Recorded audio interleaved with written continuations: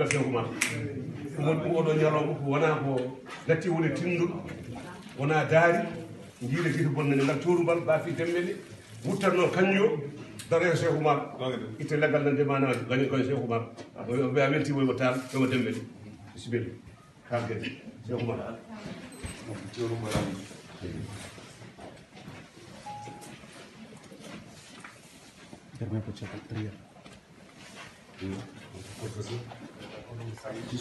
ɗum ɗo ko sikari cinkal so gorko dadima ene ya walde waɗa hen kala kaɓɓude muɗum moftono poset joni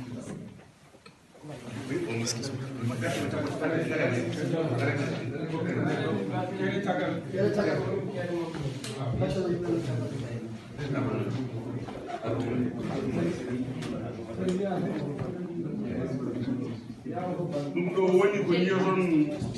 gallaji yeftere ne mbaɗe ko ɗum ɗo ko bot koɓɓe so tawi a dittuno walde mbasa bonnude ɗum ɗo ko jiɗɗa ɗo kabirɗe généraux ji Cheikh Oumar ko ɗum ko kabirɗe généraux ji Cheikh Oumar Foutiyou yaade Oumar Foutiyou Tall ɓe woni ɓeɗo worɓe dañi ɗo hannde gollumo darta ñalawma kala mbaɗo yo gollu wattide ko darte tal gen koye ɗum ɗo ko sebo sikoro on jiiya ɗuma ko tama so ɓittama ko kala mbi jamaru bamaranke manene anda holi hono muɗum ɗum ɗeɗo kabirɗe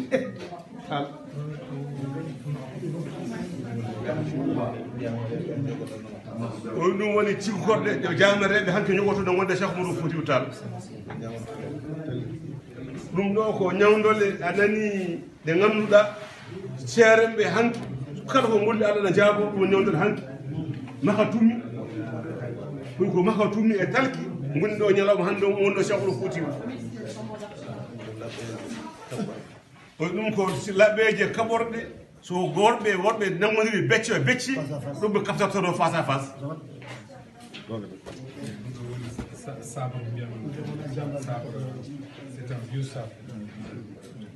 d'après Almami Bokoum, le professeur Bokoum. C'est un sabre très ancien. Non, c'est pas grave,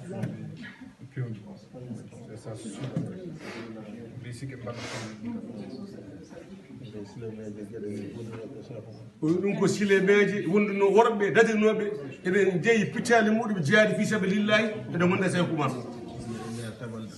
ɗum noon eɗen jaato tabadde diine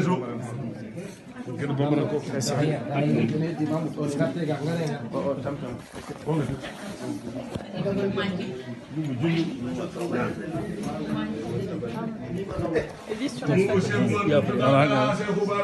ɗum o wontirewo table diine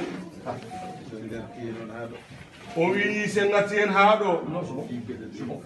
o wi en jii gueɗe ɗe foof